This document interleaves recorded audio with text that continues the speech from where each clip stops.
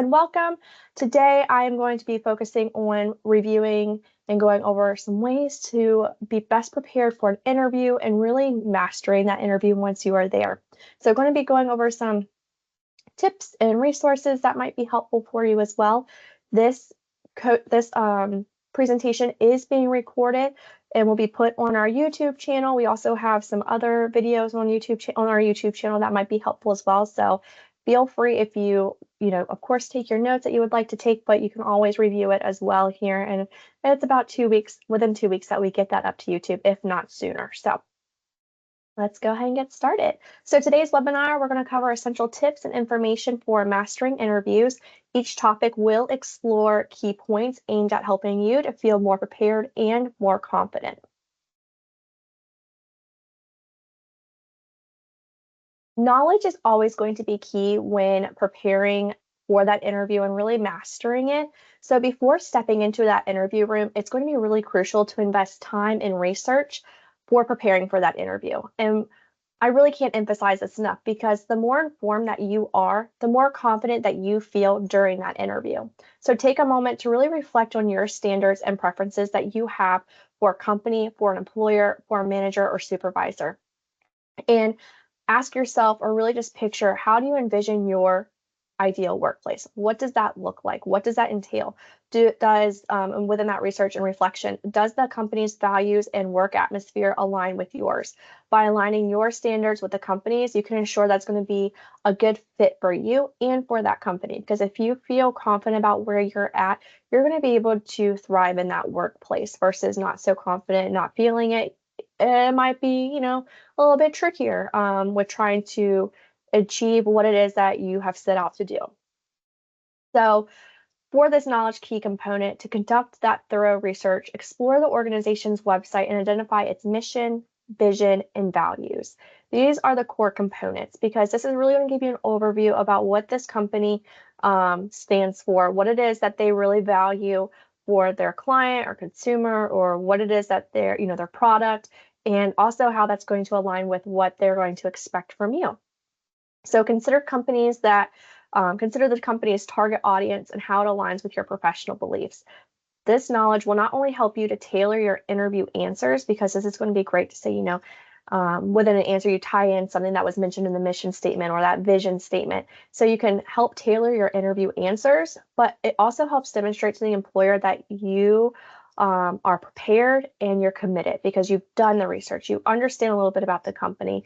They have an idea or sense that you know what to expect coming in. After that component of research, next, carefully review your qualifications and compare them to the job requirements. So this is probably something you already did when creating your resume, because you, of course, I'm sure, tailored your resume to that job announcement. But depending on that timeline, it's good to go back and get a refresher and seeing how your qualifications do compare to those job requirements. And going through those job requirements, highlighting the skills and experiences in your answers. So as you're formulating your answers, making sure that you're highlighting what they're seeking, because that's what you want to demonstrate, that closely match that job's requirements, to assure that the employer that you are that perfect match and fit for that role.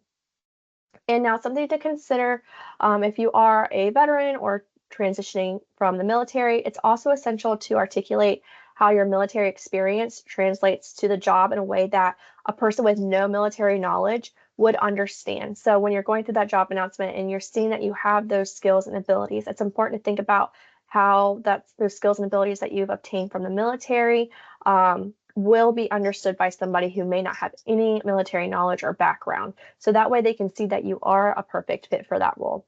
Resources like military.com's skills translator can assist in effectively conveying the relevance of your military occupation specialty, because then you put that MOS in there, and it also provides you some different roles that might be equivalent to what you've done in the military, if that's kind of what you're looking to do.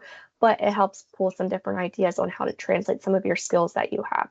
So knowledge is going to be key when going into that interview, feeling prepared and doing that research ahead of time, so that way you can walk into the interview more confident that this role is a good fit for you, and that company so far, based on your research, is also a good fit. You can always reach out to people on LinkedIn or We have a community network site on CareerLink, our career services resources site that we have, and University Job Board, and to gain a sense of what the company is about, attending virtual career fairs and career fairs in general, and networking with the different recruiters is also a good way to gain some knowledge as you are preparing for an interview. It's just to reach out and say, hey, I have this interview, would love to learn more about the company, more about expectations. So that way you're more informed. So that's another way of gaining that research knowledge to be prepared for the role. Next is knowing your resume. So this is another really great way to prepare for an interview and to really master that interview, because understanding the company and the role that you're applying for is crucial, but you truly have to know your resume as well. So take a moment to thoroughly review your resume and anticipate any questions the employer might ask about it. Be ready to guide the conversation by highlighting relevant experiences found on the resume and explaining how they will enhance that job role, how you're going to elevate it based on what you already have. Because the resume is truly your guide, as it's already what has drawn the employer to bring you in for that interview. They like what they saw on that resume. So preparing your answers, which we'll get to the STAR method here in a little bit, but preparing your answers based on some of the information found on your resume to highlight and point out, because again, it's already drawn their attention once. This way now you can elaborate on it. And additionally, be prepared to discuss both the accomplishments listed on that resume, and as I just mentioned a minute ago, and those that aren't, because throughout professional development and opportunities, there may be things that might not necessarily have fit on that resume, but you're in that conversation in the interview, and there might not have been something mentioned on that job announcement, but in the conversation you're having, you remember an accomplishment that you have that's really relevant that could help you stand out. So of course, bring that to their attention as well. Reflect on it. So this goes with reflecting on your past positions that you've had, organizations that you've been a part of, or any projects that you've done on your own time, and be ready to showcase that success. And again, even if they're not mentioned on that resume, it could come up in that conversational piece that you're having in that interview. And then practicing for an interview. Practice, practice, practice is going to be key to mastering the interview process. And there are several effective methods to help you prepare. And that first method is crafting a personal story that showcases your skills and experiences, providing tangible examples of your qualifications for the role. So what I mean by tangible is being specific, providing specific answers about things that you've done, making it relatable. Things that you've gone through to demonstrate that you have what it is that they're looking for. And again, knowing your resume inside and out can help you aid in pulling some of those relevant examples during the interview. Another way to begin preparing and practicing is through role playing. This is a very common interview strategy by going through various scenarios, whether it's through phone calls, Zoom meetings, like if you were to self-record, or in-person interactions. So if someone can sit with you and go through some different questions just to help you feel prepared, can be highly beneficial. And just so you know, Career Services does provide mock interviews at no additional cost to you, so we can help you prepare in the way that you feel that you would want to prepare for. So we can do this via Teams or a phone call, not the in-person part, but virtually we can still help you prepare for mock interviews and helping you build that confidence. So that is something to keep in mind. But in terms of continuing to practice, it allows you, like if you were to use Zoom, you can record yourself, look through those responses, do that self-critique, and identify areas of improvement. Practicing both alone and with others can build that confidence and help you feel more ready.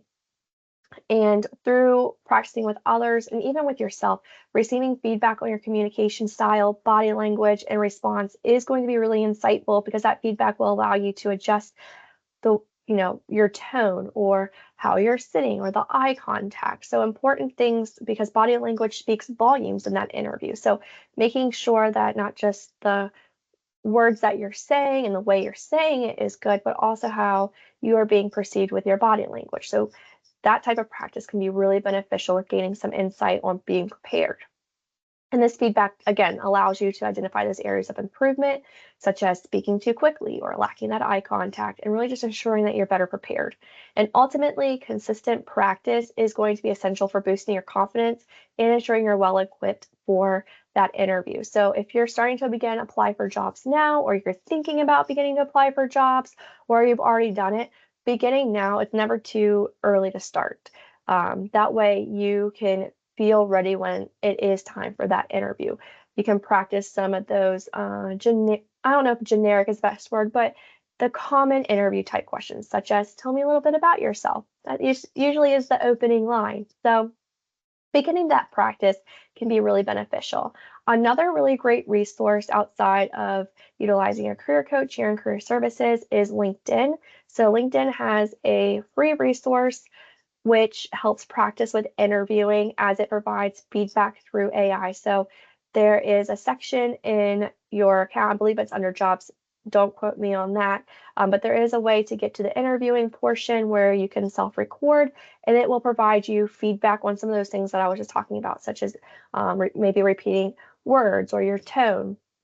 It will give feedback on that, but you can also send it to professionals. I think it's either in your network or within the industry to also receive feedback. So that's a really great resource to check out. There are so many questions that are included for free. So I do highly encourage you to utilize that when practicing and beginning to prepare for that interview process.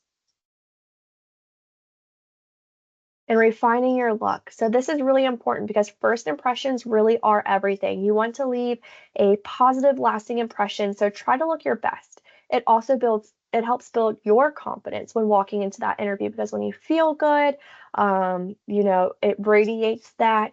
You feel more confident in yourself and what you're about to go through within that interview.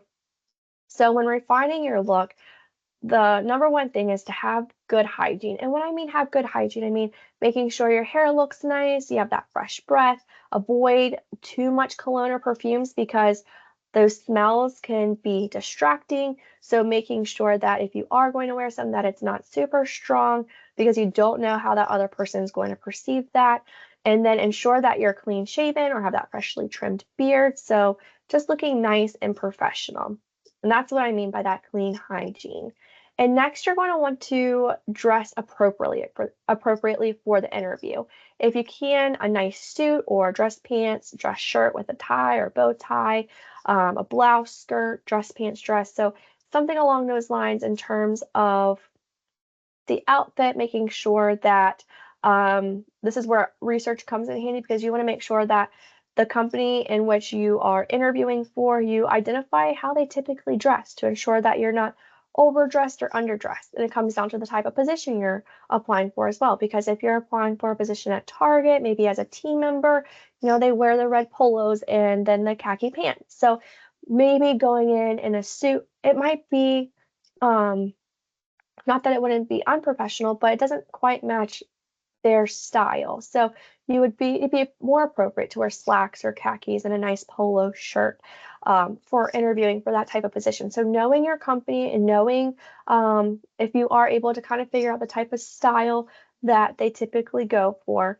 And if you don't, that's okay. That's where playing it safe with like a nice business outfit would be best.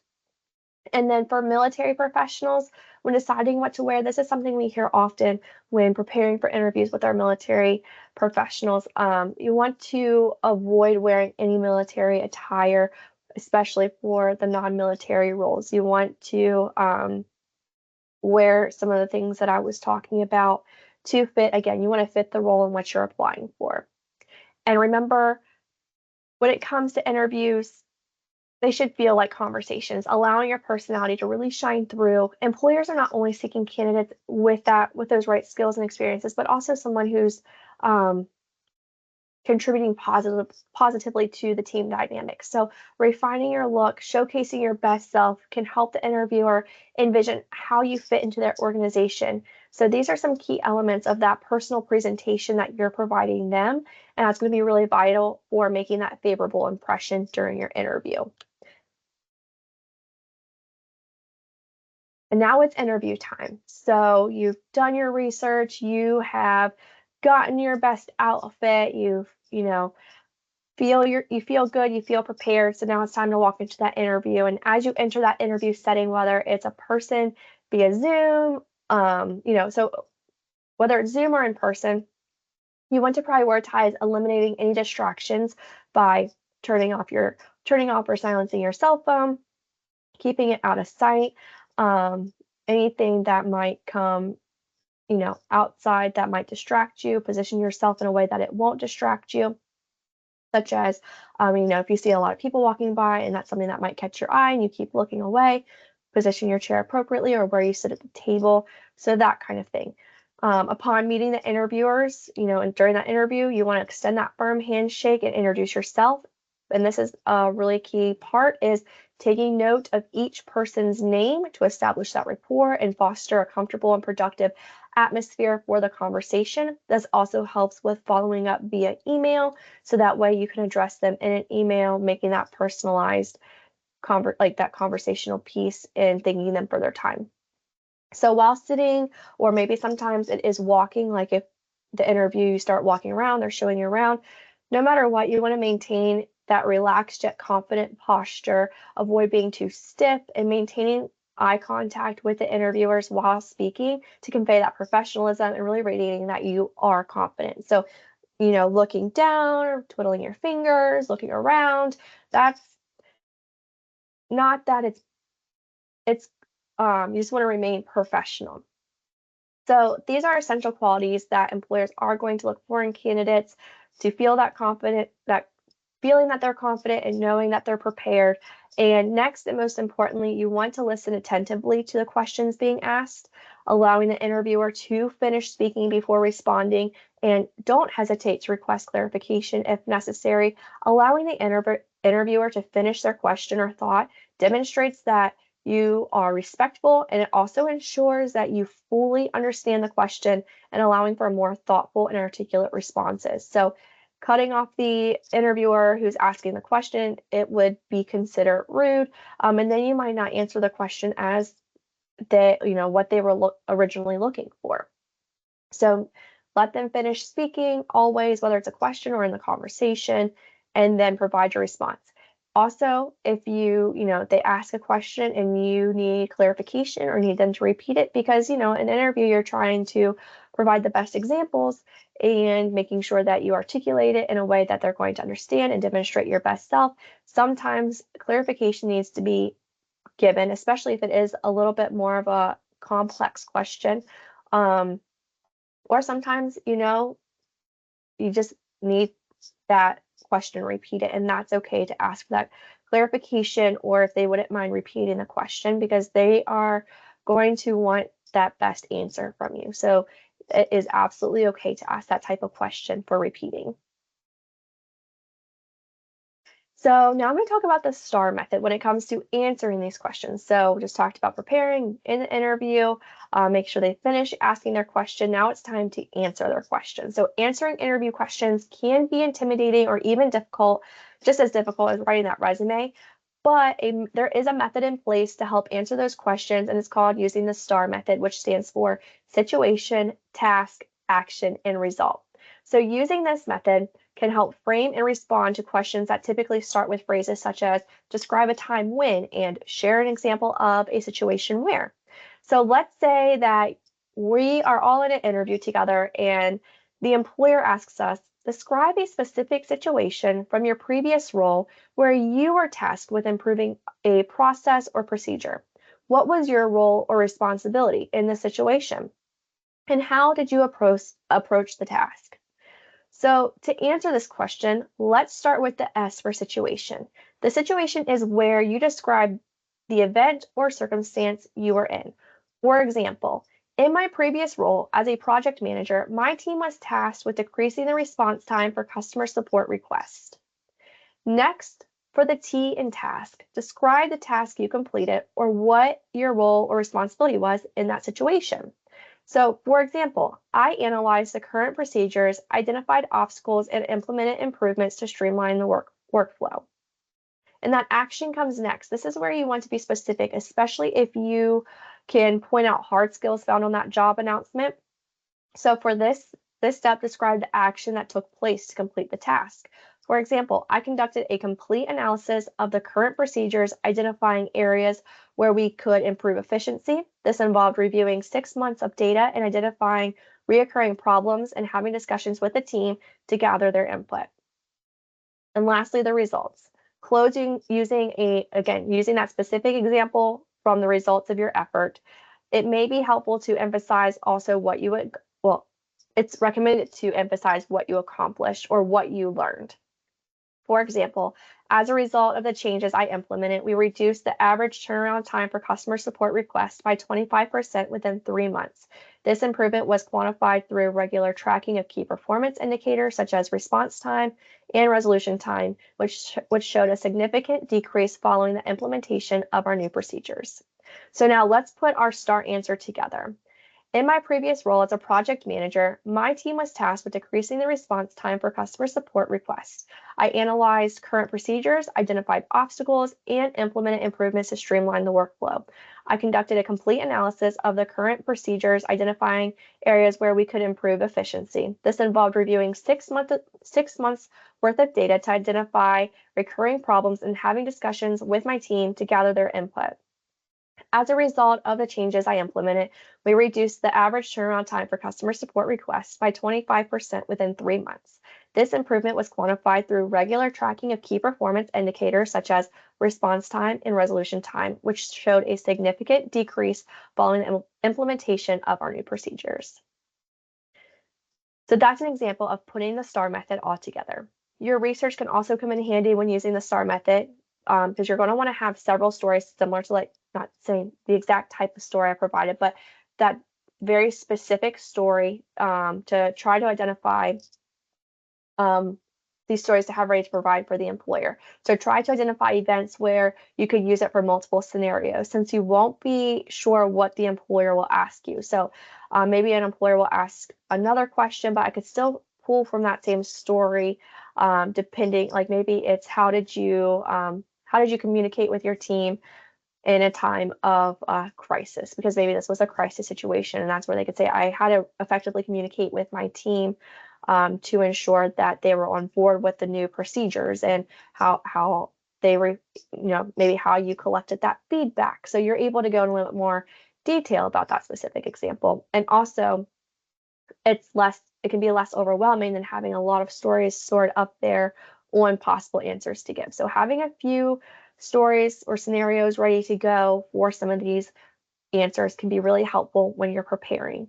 And making sure that when you are thinking and reflecting through on some of your current position or past positions or volunteer work projects that you've done, you want to make sure that these stories align with your position that you're applying for to help demonstrate how your past experience has prepared you for this role that you want. And then again, also tie in any key information you have found about the company for your answers. So maybe in that example answer that I provided, I would have pulled in maybe values or part of the mission statement, because maybe it's part of your mission to provide top-notch customer support, and there's something about that in the mission statement for that company. So you can wrap that in together, and that's something that you might mention, after the question that, based on the research that you've conducted, you saw on the mission that customer support is, top priority, and that's what I've always been, striving for. So that's something that you're able to elaborate on as well in that conversation, and tying in that you have that that research and that knowledge about the company, or really just tying it within your answer as well.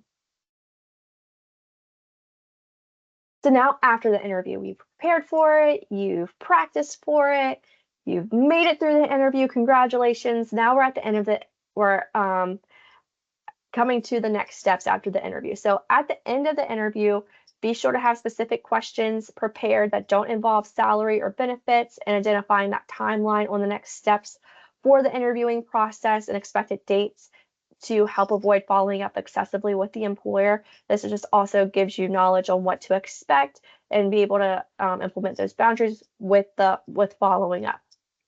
So making sure that you do have those specific questions. I'm going to highlight that again. Having questions at the end of an interview can set you apart than not having any at all. And when we say have these questions, they need to be very specific to the role and to the company. So that way, again, it sets you apart, but you're also getting that information. that you might want or need to be able to evaluate if this is a good fit for you. Because during that conversation, yes, they're asking you questions, you're getting to know one another, but this is your time to ask them questions to understand if their management, their culture, this job is the best fit for you. Because the job announcement can look great, but hearing it being elaborated on can be more informative for you to make the best decision, especially if you have multiple offers. It can come down to some of the ways that the interaction process or the information provided. So having more information is just as good for you as it is for them. And then after that interview, send a thank you email to the hiring manager and any additional interviewers. So that's why it's important to gain their name and any information at the well, not necessarily their information, but their name at the beginning of that interview. And that's something you can collect at the end as well, at the end of the interview, saying, I'd love to send an email to touch base and thank you for your time. What is your best contact information? Or you can contact HR and say, hey, I've had a recent interview with, so-and-so. Can I have their information, or can you please forward a message along for me? So when you're sending that follow-up thank you to the interviewers, you want to do this within that 24 hours of the interview. So that way it's still relevant and fresh. Some points to include in that email are the first and foremost, thanking the interviewer for their time, mentioning any specific points that you both spoke about to kind of spark that rapport that you've built with them, and just keep, helping you to stand out, keeping you in mind, and conveying, and again, if you are interested in this opportunity, making sure you convey your interest in the job opportunity. You will want to reflect after that interview as well and write down any key points from the interview, as this information can be useful if you get that second interview or third interview, as it can be a good reminder when preparing. So if someone brought something up personal, or if they touched base on a certain project or responsibility, writing that down so that way you can touch base on that maybe in your answer, or following up on something that might be said in that next round of interviews. And then also after that interview, reflect on your interviewing skills. Identify what went well, what are some areas that you can improve on, and begin practicing. So what did you feel confident about? What are some areas that you would like to build more confidence in, and what you felt good about, and what, again, some of those areas of improvement. And then the key takeaways from this presentation, just the overall for preparing for the interview, is to research by diving into the company's mission, vision, and values, and any other information that you can find on the company's website to align with your professional views as well. Identify if it aligns with those professional views that you have. Review your qualifications and ensure that they match the job requirements, and know how that and understand how you plan to present those qualifications and those skills based on those job requirements.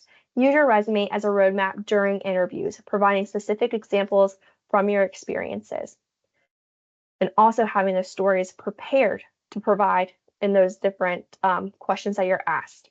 Practice common interview scenarios to build confidence and receive feedback. Have stories ready to describe your qualifications and leave that lasting impression. Make a positive impression by dressing appropriately, maintaining that good posture, and showcasing the confidence that you have. Interviews should feel like conversations. Be yourself to engage with the interviewers authentically, because they do want to make sure that you are going to also be a good fit for their team dynamic. So that's going to be really important, that you do let yourself shine in your own way. Arrive promptly to the interview. That was something, within, you don't want to arrive too early, like such as 30 minutes to an hour, but you also don't want to be right on time. Usually having that 5 to 10 minutes to get to the to be there, find where you're going, is a good time frame. So making sure you give yourself enough time to get to that interview. Using the STAR method as a framework for answering interview questions, and then making sure you send that follow-up email, thank you email, within 24 hours of the interview, and remaining patient throughout the entire hiring process. So, you send your thank you email after the interview, you did gain the next steps. And if that is something that you end up forgetting to ask, it's okay. If you get that email response, to reach out in a few days or right away and say, hey, I wanted to follow up on what the anticipated next steps are. And then once you get that answer, then be sure to wait. So being patient throughout the process, even though it's really exciting and can be hard, especially if this is something you really want or really need. It's going to be important that you remain patient. And I want to thank everyone for joining us here with today's webinar for Job Search Basics. We are eager to assist you in preparing for interviews through mock interviews and other resources. Like I mentioned at the beginning of the presentation, this is something we do assist with students and alumni at no additional cost. So feel free to reach out to us through the form found on your eCampus or via email to schedule a mock interview or that career coaching session. You can find interview resources on CareerLink. So under the resources tab, there's an interview section. Click on that and it will take you to a load of resources such as preparing your mock, preparing your elevator pitch. There's, I believe, another information type session in there on, there's the infographic on the STAR method. So please check that out because there's some really great resources and information found in there. Exploring those additional interview resources. And then also please keep an eye out in your email for a short survey following today's presentation where you can choose to opt in to learn more about the services Career Services offers and staying up to date on some of our latest offerings. So feel free to check that out after today's presentation. So hope you have a great rest of your day.